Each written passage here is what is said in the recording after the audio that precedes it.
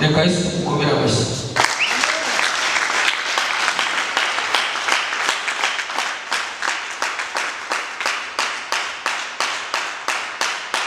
Amen.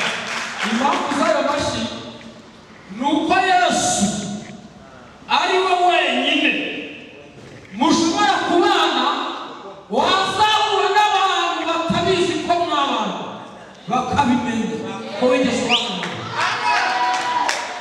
Ushobora kubana na perezida muzi, ushobora kubana n'umugore w'inzobe, ushobora kubana na Bill Gates, ariko wahura n'abantu nyuma y'umunsi umwe ntibamenye ko mwanahura.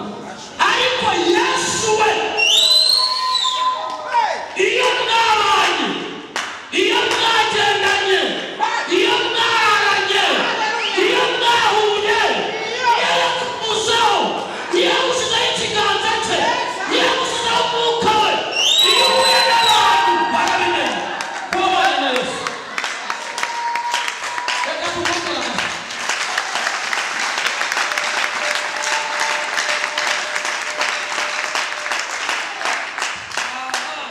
yitwa igitangaza. reka twongere ijambo rimwe riri mu gitabo cy'abami bawe, igitabo cya mbere cy'abami ibice 18 turasoma umurongo waho wa 44. Reka dore ko 43 twako byumvikane neza. Igitabo cya mbere cy'abami ibice 18 umurongo wa 43 n'uwa 44, ariko uwo nshaka cyane n'uwa 44. Aranditse ngo abwira umugaragu we ati zamuka witegereze ku nyanja. Arazamuka aritegereza, aragaruka aravuga ati ntacyo mbonye. Amubwira gusubirayo, agira kangahe? 7. Agezeyo ubwa 7 aravuga ati dore mbonye igicu gito kingana n'ikiganza cy'umuntu kiva ku nyanja. Eliya aramubwira ati genda ubwire Ahabu uti itegure igare ryawe umanuke, imvura itakubuza. Ahandi aratubuza. Ibyo ngibyo Bwana Yesu asifiwe. Amen. Amagambo yose umaze kuvuga nayo ngiye kuvuga. Intego afite cyangwa se cyagendereye ni ukugumana na Yesu.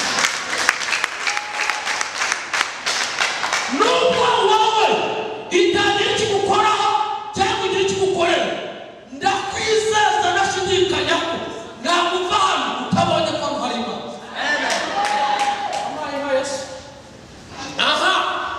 Hanyuma twasomye ijambo ry'Imana riratubwira ngo uwitwa Petero n'uwitwa Yohana bavuze bashize amanga imbere y'abategetsi b'amadini n'imbere y'abategetsi b'icyo gihugu barimo, ngo abantu babonye ukuntu abagabo bavuga bashize amanga, babonye ukuntu abantu bavuga batinyutse kandi baperereje, basanga abo bantu ari abantu batizi. Aravuga ati biratangaje, ntitwigeze tubona umuntu uvuga ashize amanga nk'uyu, ntitwigeze tubona umuntu ukora ibintu biri ku murongo nk'ibi atarabyigishijwe. Bibiliya avuga ngo ariko bibuka ko abo bantu babanaga na Yesu. Amen. Bisobanuye ngo iyo umuntu abanye n'Imana, iyo umuntu abanye na Yesu, iyo umuntu agendanye nawe, iyo umuntu akorana nawe, ugera imivugire, imigendere, imikorere byawe bikaba bisa neza neza ibya Yesu. Ahabwa icyubahiro. Amen. Ibyo ni urwego rushoboka ko umuntu wese wamenye Imana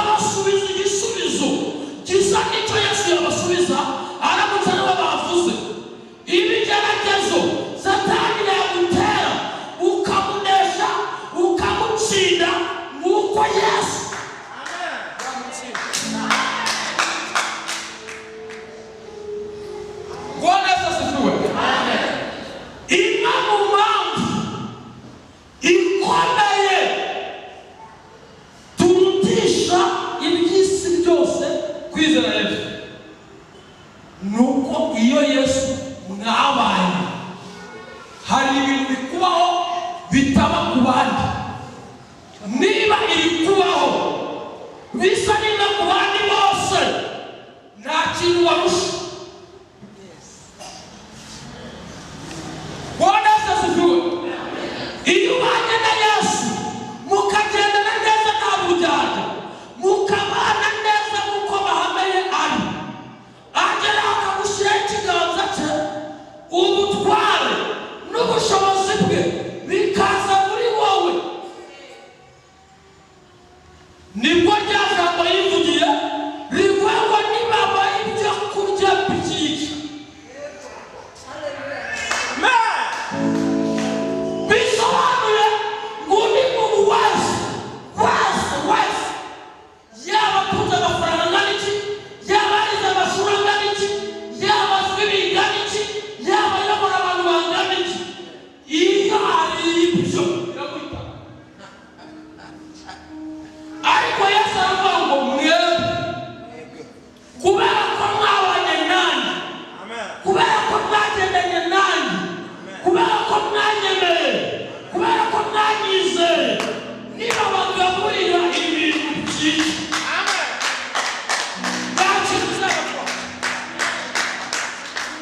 kuba tukiriho ntabwo ari uko tutaroze, kandi si uko uburozi twahawe butishe abandi.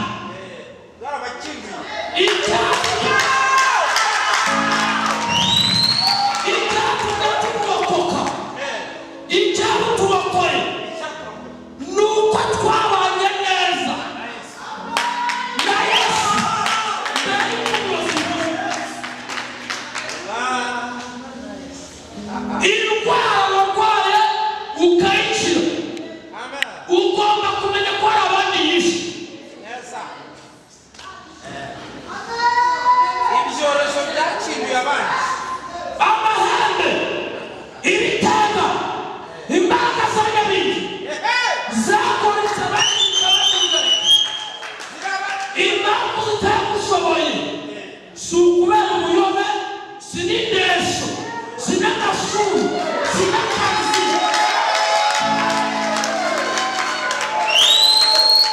N'ubutware, n'ubushobozi, n'imbaraga y'Imana yashyizwe muri wowe kugira ngo ubeho utandukanye n'abandi. None yazongo pesa.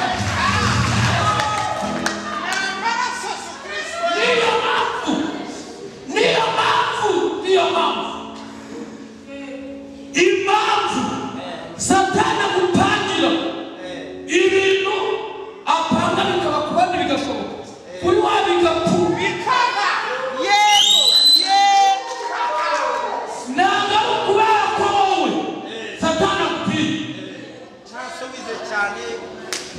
si n'amatekinike menshi yo gukwepa Satani, ahubwo ubutware n'ubushobozi n'ubwenge duhabwa n'Imana nibyo biturokora.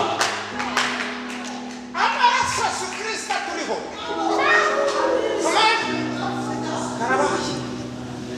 Ibi ngibi mubibaze Dawidi yabikubwira neza kurusha. Atomoye neza. Ngo hari umunsi umwe Imana yamujyanye ibwami kwa Sawuli gucurangira umwami. Dawidi yari umuntu washyizweho umwuka w'Imana ku buryo akora mu nanga, umuntu watewe n'imyuka mibi ikamuvaho. Ako kanya gato. Bwana asifiwe. Satani abara Dawidi neza, amushyira muri tageti bya Sawuli ngo amufatira icumu, ngo arayiterura. Nta muntu washobora kuba umwami atazi gutera neza icumu. Murabyumva? Mutagira ngo kuko hari n'icyo umuntu akora ukagira ngo yabyiga, ntabwo uri uwa mbere ahereye. Hallelujah. Umuntu nihandagaza akaza kukubwira ngo ntuzarongorwa nyiriho, ntuzaze atabikoze. abarengeye kabari Abafite icyizere ko ari abandi yabikozeho bikaba. bikabuko Ndabwiye Imana ngo abarozi, abadayimoni na Satani himself nawe abyumva nibaramuka bamuza ibyo bakora ku bandi nyizera Imana bigakunda bigashoboka, zarambika biri hasi njye ry'amanuka. ariko mwawe haleluya Bwana Yesu asifiwe. Amen. Niba hari umuntu wakubwiye ibisa n'ibi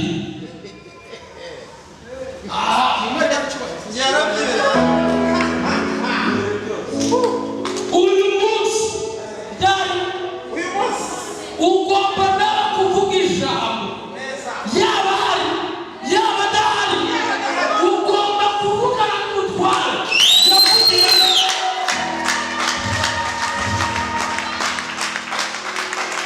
ubwo butware bwa Satani yavuze ayishingikirijeho, ugomba kubumenyesha ko nawe uhagaze mu bundi butware n'ububasha n'ubushobozi n'ubutsinzi bukomeye bw'Imana kugira rwose yakwibesheje. Bwana asifiwe. Rero kuba turi ahantu abafitiri mumfashe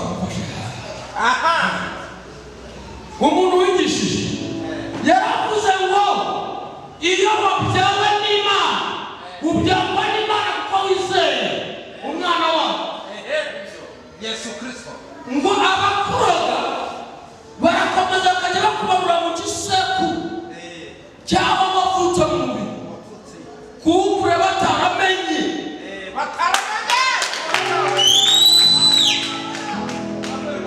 bataramenye ko wavuye mu gisekuru cya Bukombe ukaba warageze mu gisekuru cya Mana.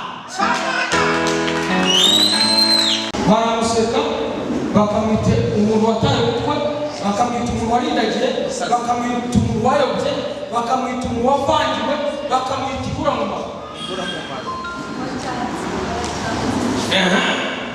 Noneho iyo ugize umwaka murabuze, iyo ugize umwaka, iyo ugize akaga, iyo ugize ibyaha, ukamuvaho ukamuva inyuma kugira ngo wirinde gusekwa no kuvugwa n'abataramumenya, ubuhombye inshuro zirenga zitabarika. Kubera iki yambere aba yarateganyije ahantu heza mu gihe gikwiye mu buryo butangaje ko azerekana ko wamwizeye kandi ari umuhungu.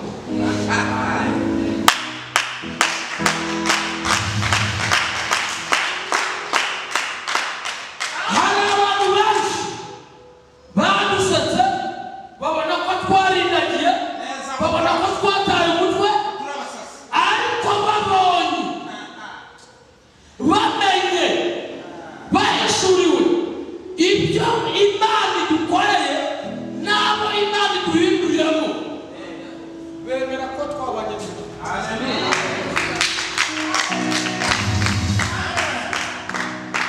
Niba ubana na Yesu ariko ukaba utaragera ahantu Yesu yemeza abaguseka, yemeza abagupinga, yemeza abakurwanya, yemeza abaguhiga, kuba mwize mugume munambaho.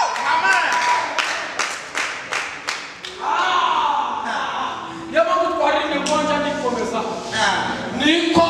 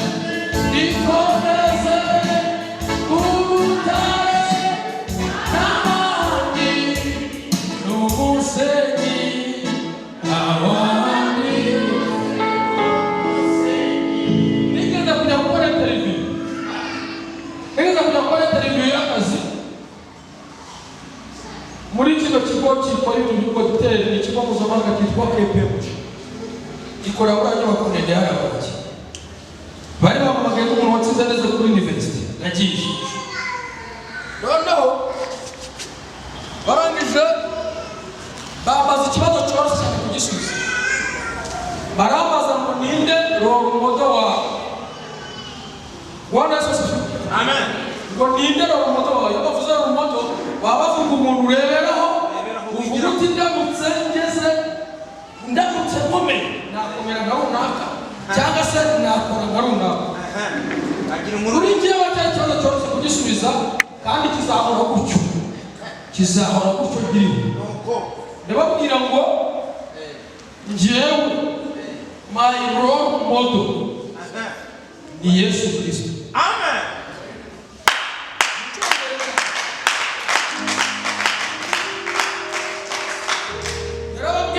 My role model is Jesus Christ of Nazareth.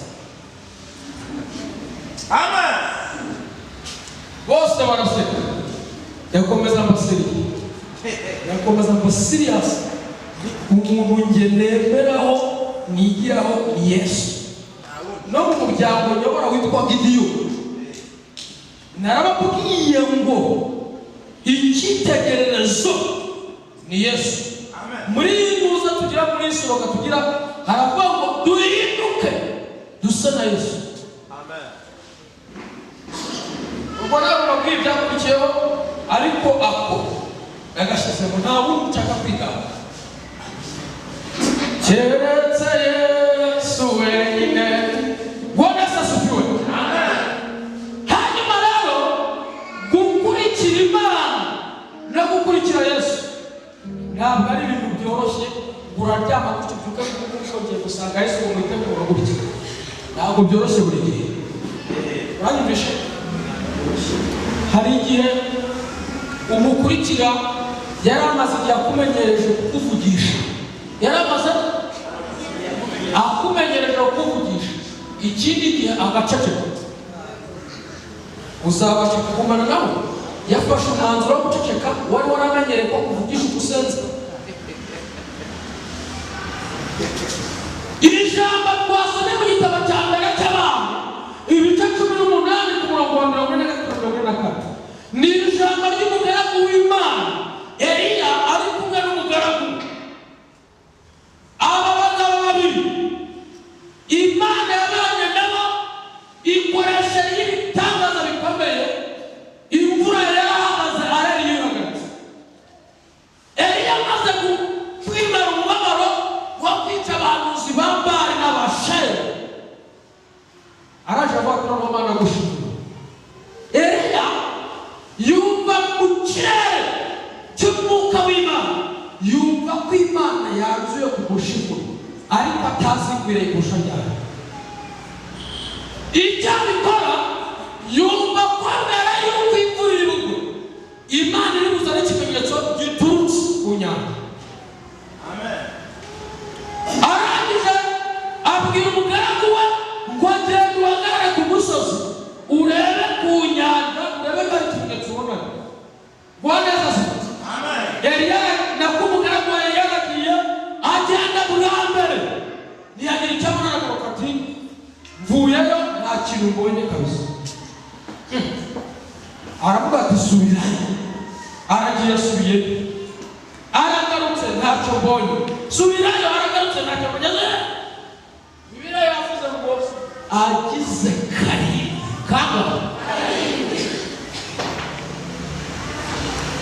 karindwi sha.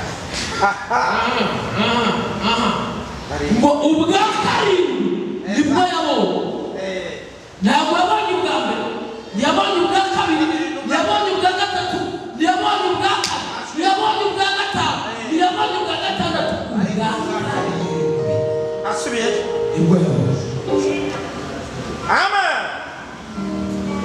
Niyo mpamvu ushobora kuza uyu munsi Imana igihe kiri kubwira n'igihe kigukoraho ariko ntibivuza ko Imana itabishaka ahubwo irindira igihe karindwi kawe kazuzura.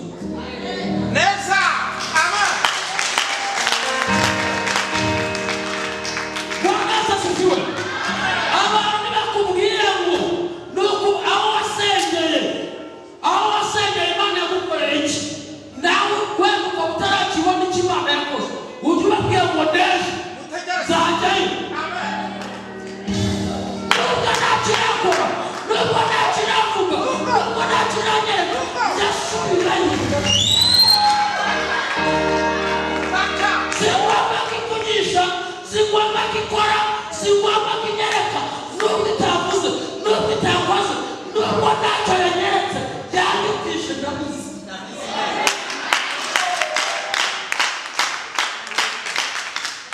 n'umuntu wari umusore wari umugabo ku nshuro ya kane akavuga ati cyangwa koza kugira umwanya wo gupfusha ubusa umuntu w'umugabo ukirirwa wiruka inyuma yitwa Imana wakuye ngo nayo igiye kureba ikimenyetso ku nyanja urakibona se reka none bwa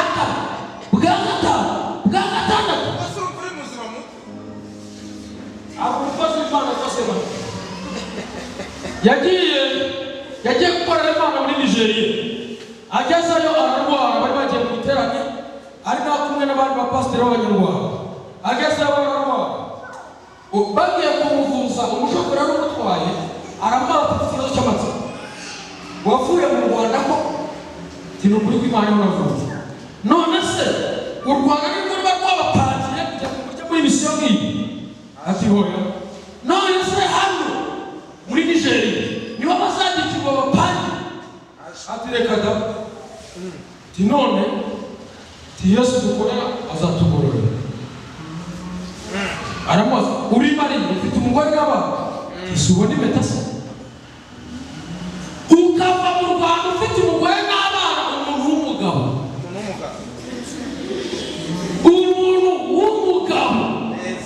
ufite umugore n'abana ugahaguruka mu Rwanda ukaza muri Nigeria nta muntu waguhaye misi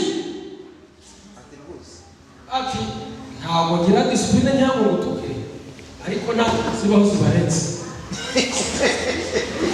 ntabwo dukanye ariko ntabwo zibarenze rwose aho nabereye numvishije no semajeri ngo arakaye Imana yavuga ngo nturakazwe n'abameze ngo kuko atazi ingororano z'abankorera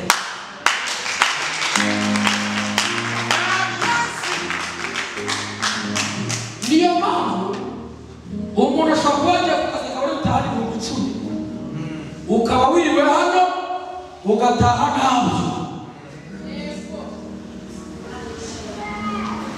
no kuwa gatanu ukaba uzagaruka ntabwo reka tubare za rucose azabimenya ku ya karindwi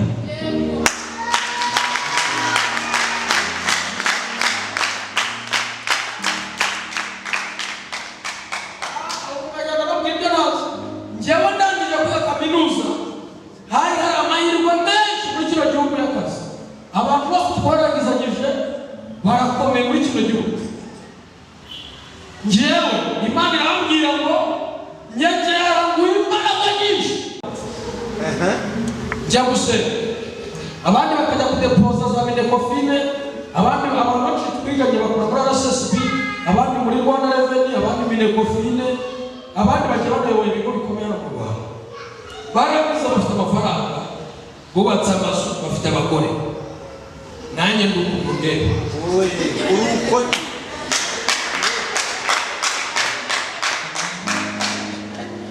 Bwana asifiwe. Amen. No. Umunsi umwe nzaguhura n'umwe amarifuti mu modoka turagenda tuganira ariko se wagasore watuzi ko ntabwo nadusobanura agasore wazi ariko numvisha amakuru yuko igihe twajyaga gushaka akazi bwirwaga imisozi za Kanyana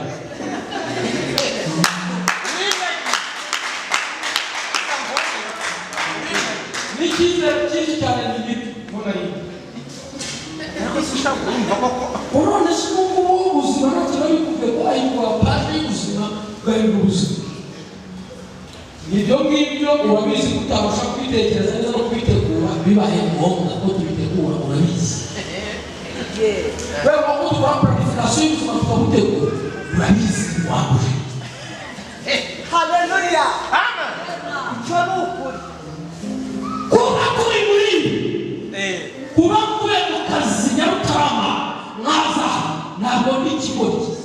ko twasaze. icyangwa tubaze twazamuranga Cyatanga na kuba mfite ikondo buri ku cyumweru naza ntabwo ndi ikigoryi kuba nshobora gufata umunsi nkirirwa imbere y'Imana sindi ikigoryi mfite amafaranga nkorera yarakoze umunsi wose ndayazi waraza sifiwe ariko hari ikintu turutisha ibindi Haleluya. ndani namubwira ariko nta kintu nicuza njye mu buzima bwanjye kubera ko ibyo nahaye igihe ndabifite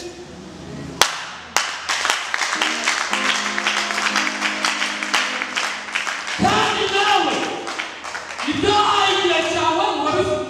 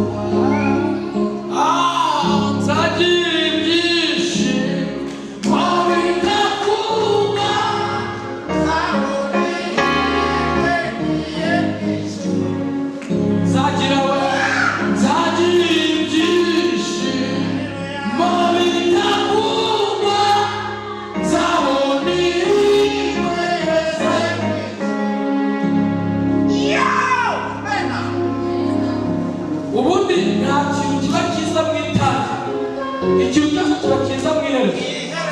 Iherezo Yesu. Amagini yose apfuye. Harimo abantu barimo guseka none bazasoza bari. Harimo n'abari bakwira bazasoza baseka.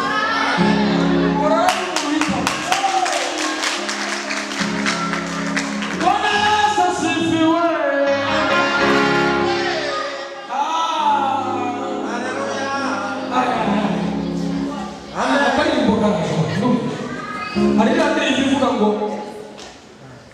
ivuga gute Kandi karaje ako. hari indirimbo ivuga ngo ibyunyuramo biruhije nshuti n'iby'igihe gitoya n'ibihoraho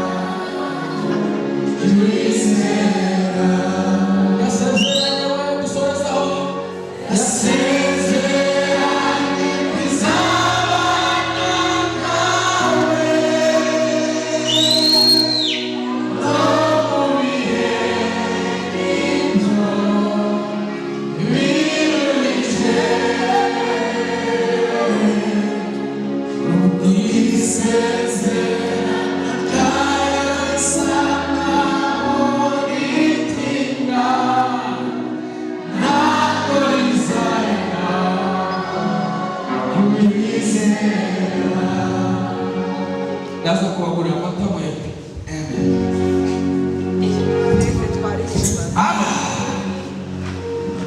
Bwana Yesu asifiwe. Ubundi ujya wirinda kwivumbura cyangwa kwambura cyangwa gucika intege Imana yawe itareke kikurwanya, icyo kikunaniza, icyo kikubuza amahoro, ko ari Imana yawe.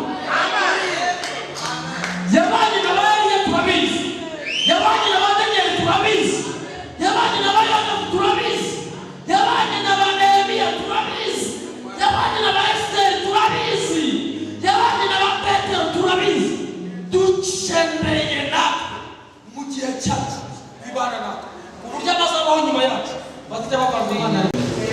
Bwana Yesu nusenge ikintu wari tuvuga uyu ni umusozi, ni ikibazo, ni ubuzima bwa kuzengereje, ni ubushomeri cyangwa se ubukonje cyangwa abarozi cyangwa indwara cyangwa karande cyangwa n'ibindi, ugasenga rimwe ngo ndakwitsa umusozi we, ndakwitsa mu izina rya Yesu, ukanga kuhava nawe ntusahave pa uwo musozi.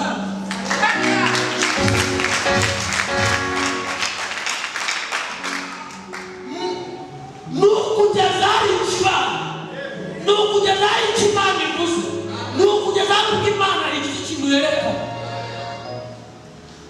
Bwana Yesu asifiwe. Uwitwa Hana ntabwo tuzi imyaka yasanze arakomeza kubigumba, ariko ntiyigeze areka gusenga kugeza ubwo Imana yamuharuka. Nimucogore gusenga kugeza ubwo inshuti zanjye, nimucogore gusenga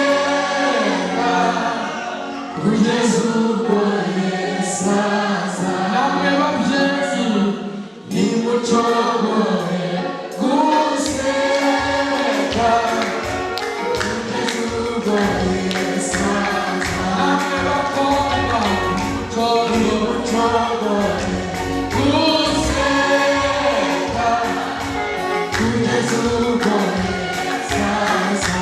Namwe basore, nimucogore gusenga kugeza ubwo Yesaza. Nk'uko uriya mugaragu wa Eliya ataratse gusubira kureba, niko natwe tuzakomeza kuza. Vuga nzakomeza kuza, nzakomeza nza, nzakomeza nsenga, nzakomeza nirize, nzakomeza nera imisozi, nzakomeza cyane Imana, nzakomeza curanga, nzakomeza bwiza, kugeza ubwo habaye impinduka, kugeza ubwo Imana yacu ibonetse, kugeza ubwo Imana yacu igaragaye, kugeza ubwo Imana yacu y'igicucu. Bwana Yesu asifiwe sana. Simbiza aya magambo andi batari bwa kabiri Imana yangu, ariko njyewe nubwo nawe nabivuze uyu munsi agikangarika ngo badusubiramo, nibyo nsubira. Kera ko n'umunyete sinzabawe kandi Uwiteka Imana yawe. Amen. Bwana Yesu asifiwe. Tugumane n'Imana. Hari igihe uhura n'ibintu bikomeye ukagira ngo tukagaruka ugasanga umusozi uracyari, ugasenga Imana igaceceka, ukabaza Imana, Mana nkora iki bigende bite, ukabasore barimo kundesha umutwe, Mana mpitemo nde, igaceceka. Komeza usenge.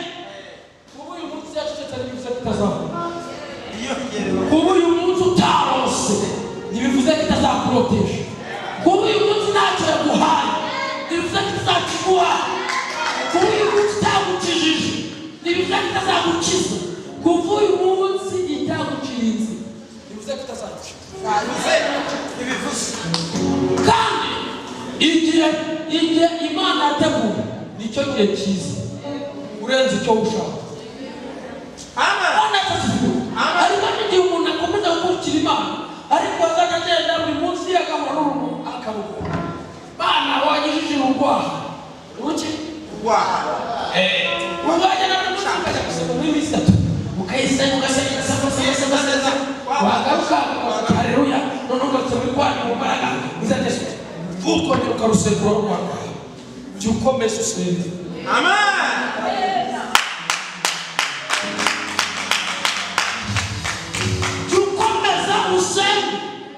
Bigera iyo myuka ikananirwa. kandi hari ikintu kinahishuriwe. Niba umwuka umaze nk'imyaka 4 ugutsinda, utazibeshya ko uzasenga rimwe ngo mukurongo. Keretse Imana yonyine yo kabyara iramutse ibishatse ikaza ikagukorera deliverance ikagutandukanya n'uwo mwuka, nibwo buryo bwonyine bushobora kugutsinza imyaka 4 wayitwara. Naho bizaterwa n'ubumana n'ubutware bw'Imana buzagira bukwiye muri wowe. ishaka Gusa igihe cyenda kugaragara icyo ngicyo cyangwa se umwete wawe ushira. Bwana Yesu. amen. Nukuvuga ngo uburyo bwo kubaho umuntu agira imyuka nesha buterwa n'ibintu nka 3 cyangwa 4. Hari ukuba Imana yarakubohoye uwo mwuka, cyangwa se Imana yaragujije ubutware bwayo muri wowe bunesha uwo mwuka. Amen. Banyumvishe? Yes. Iyo bisabye ko Imana yubaka ubutware bwayo muri wowe bunesha wa mwuka, ku buryo abadayimoni bazajya baza bagasanga Imana yubatse igikuta bagomba gutura, bagahita basubirayo. Ntabwo ari ibintu uryama rimwe cyangwa waterekanya rimwe ngo birabaye. Niyo mpamvu ariko abantu bagomba kandi naho ngaho twageze bamwe yaranze darahiye ngiye nzongere kwikinisha akandi karaga kuko kamuganya mu makofi amasambazi haca mu minsi 3 akongera no kweta kandi ko yasenze iminsi 3 yiza ati Mana nakubita umwuka ukanisha katika ndakuhora why yemizi ibyo vuga n'ibisha kuri mwe nibyo 100% basambazi. Bwana asifiwe. Nuko komeza ugasenga kugeza ubwo ubutware bw'Imana buzagwira muri wowe uwo mwuka ushobora kugukorera. Cyangwa se ugasanga umuntu abayihana ntabwo uzongera kuvuga gusa jewe wakamenya kuva uyu munsi uzajya kugira Imana gusa uzongera gushashura uzongera kugira abantu uzongera kuvuga abantu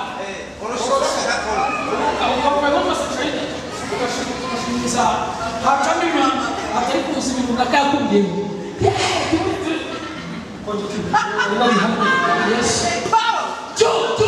tukoma gusenga bigeraho bikanesha. Iyo Daniel ajya kuba yaratashye Imana itarohereza ubutabazi marayika umushinzwe, yari kugira ngo Imana yiyumvishe ntiyanakoze. Ndavuga ko ari ibintu ushobora kuba urimo gusengera byaje mu ijuru byavuye, ariko umwete wawe muke n'intege nke zawe bikaba byatumye marayika batabasha kukugeraho. uraremba mu kirere ariko Mana we reka nkubwire, ni ukuvuga ngo jyewe ku ntekereza nibaza ko ngishobora igifurati kimwe Imana ihora ireba. Noneho ubwonko buri kibazo Imana igati guhagasara kakare cyo kibazo sinabwo ngatumye wo marayika marayika we yamanutse cyageze yo kureba ko guhagasara ko tubona ko ari ikibazo twashije, ko turi kubona guhagasara arimo kurekana ibintu twakoze, ko turi kubona guhagasara kisaba peyine kandi twarabyemeje ko marayika agisaba ko tukibona runaka bisaba akazi kandi twaremeje ko marayika ajya kukamuhesha neza. Imana ikakutubwira Mikayeli ati manuka bari kurebe, manuka urebe, bagasanga marayika ngo yarafashwe. Nuko Daniel byaragenze, marayika mugeze aramubwira ati dore maze iminsi 21 ngundagurana n'imbaraga suna upesi. Reka mubwinshi mugize vuba uzi kuriya mwana w'uperesi Daniel yabanaga nawe neza. bivuze Daniel yabaga ari mu mwuka w'Imana, umwami nawe ari mu kindi kirere utakabimenya uzabona hari umubana nawe ukazima neza akakuziminya neza. hari umuntu mugendana ibyaha bamwe ukabyanura neza. mbwira uwo mugendana hari umuntu mukorana ukangura ingeso ze. Bora sasa tuwe ugomba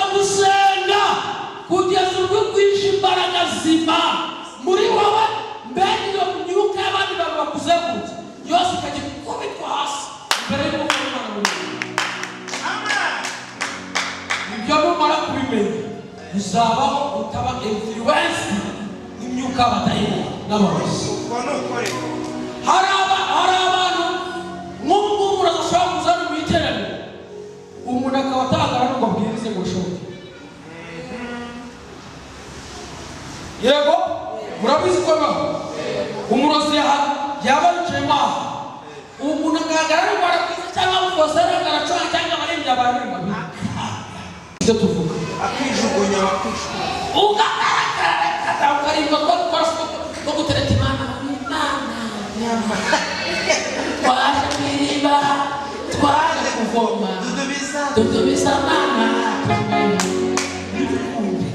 dudubize iki umurozi yakubize ntibikunde yakubize uroza akakunika ifurika twaje kwiriba twaje kuvoma dudubiza mana ariko bivango ngeze kwiriba ndatuje iryo riba n'umugwa neza ikiganza kimwe kijojobi neza ukinoze umwami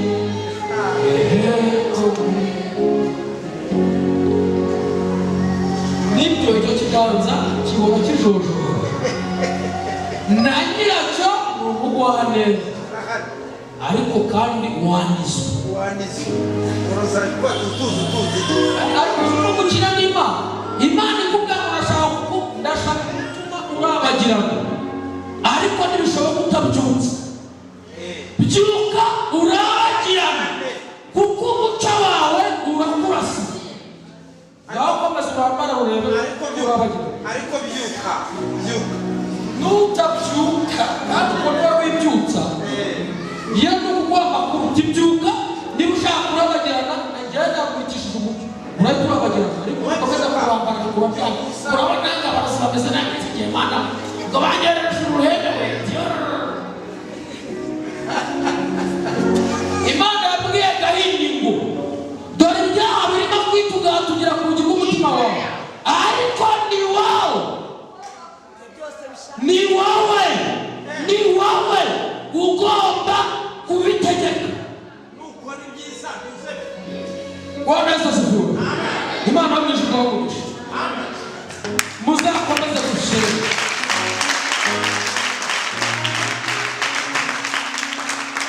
Imana yavuga uzakomeze usenge itavuga uzakomeze usenge Imana yakora uzakomeze usenge itanakoze uzagaruke yakweretse yagusobanurira ibyo yibaza itanabikoze uzagaruke. Imana yatanze ikimenyetso cy'uko umuntu wayo itanabitanze uzakomeza gusenga. Kandi Imana niyemera kuba ahantu nk'aho ngaho utemerwa cyangwa se ibintu byahanze ukayikura ukijyana ahantu ubwira ko bizakura uzabona ikibazo kimeze nk'icyo Nawomi yahuye nacyo. Umugabo we yaramwoheje ati rero ndabashaka kuba muri iyi nzara y'i Betelehemu twigire Mowabu. Bavuye mu gihugu cy'imitsima Betelehemu icyo bivuga bagiye mu gihugu cy'Imowabu igihugu cyavuye kubera inzara Imana yateje mu gihugu cy'imitsima. Bagezeyo Nawomi apfusha umugabo apfusha abana bose asigara ari incike. Harimo abantu benshi ubona basenze imyaka n'imyaniko ariko bakaba nta kintu kirakoreka mu buzima bwabo kubera guhora batoroka kubera bakora bagira atoroka. Ndashaka kubamenyesha ko intambara Imana irwana nizo yakwemereye kujyamo nizo wijyanyemo utega amahanga uzazirwanira. Yego nukuri. Imana irwana intambara yemeye ko ujyamo izo wishoyemo ufite Imana irarwana. Imana ihindura ubuzima yagushyizemo ntabwo ihindura uko wijyanye. Woroshya rero Imana ikaba arimo kugutegura kugukorera ubukwe ukaba uri kuzimanya no gushinyagura n'ubundi bwose n'abandi kw'abashyingi uzarusha Imana. Imana iri ubuzima gushyizemo ubwo wijyanye muri rwariza. Imana ikurinira aho yagushyize. Rwanda zivuye. Niyo mpamvu harimo hari igihe tuba dufite ahantu twifuzwa cyane, turakenewe cyane, ariko tukaba tutafite amakuru y'Imana kuri ako. Yego, niko tugahitamo kuguma aho twanzwe, aho turwanywa, aho dupigwa, aho tutemerwa, ariko tugira amakuru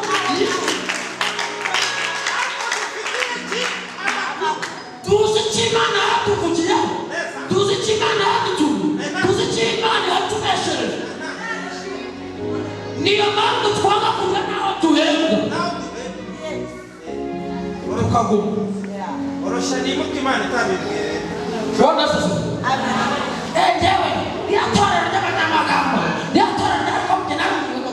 Ndetse aho ushobora kuzahasanga abarenze abanyamagambo. Bakakaya ahubwo bahagarara ku ntuzi.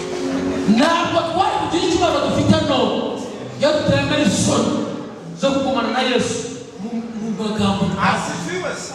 Amen. Twari kugira igisha dufite none iyo tutihanganira kugumana na Yesu mu mibabaro twanyuze. Amen. Amen. Rero harimo igihe abantu bajya kugira ngo Mana ngo igaragaze mu buzima bwanjye mugire neza ko wagire runaka. Hari umubyeyi ugize kubwira Yesu ngo maze rero tuje ubu twanjye kamuzakicaza iburyo akarukicaza ibumoso wicane hagati ugera mu bwami bwawe. Yesu ati nta kibazo ibyo ngibyo, ariko se igikombe nzanywera nkazemera mbere y'uko ujya kurekera mu migisha y'abantu, mbere y'uko ushaka Imana gukoresha kuko ikoresha abantu, mbere y'uko ushaka Imana gushaka kugurisha abantu, ibyo bihangane, ibyo bemera wabyemera, Ibyo banyuzamo wabinyuramo. ibyo baciyemo wabicamo. Ngo Mana ndege, Imana ndege iboneka ku muntu wemeye kubana n'intare nzima zishoje. Oroshya ubona igicucucu. Uzitinya urakomeza ube badasa. Haleluya. Amen. Haleluya. Hari ubutware bw'Imana udashobora kubona ugira ubwoba bw'ikirya cyose kugeza ubwo uzatinyuka byose ugahabwa ubutware. Yesu abafashe. Amen.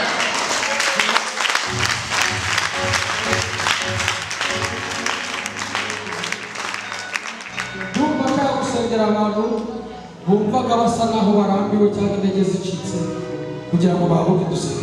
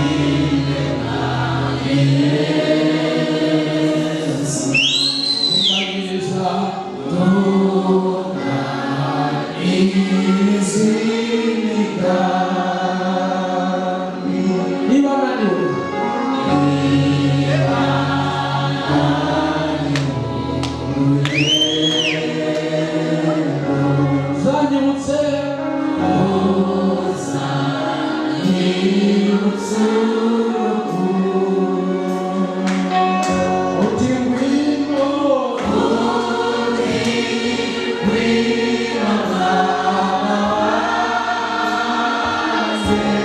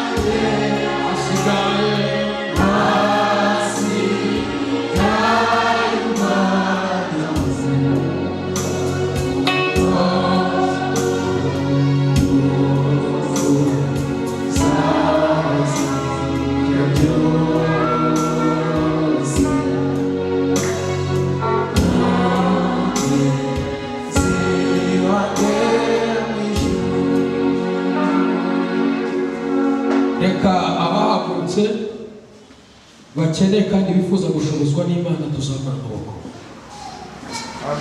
Mwami Imana yacu, mu izina risoma n'amazina ry'Umwami wacu Yesu Kristo, uku kuzamura amaboko ni ikimenyetso cyo kukwereka ko dutsindiwe imbere yawe. Ni ikimenyetso cyo kukubwira ko ntacyo twakwishoboza. Ni ikimenyetso cyo kukubwira ko ntacyo twishoboreye.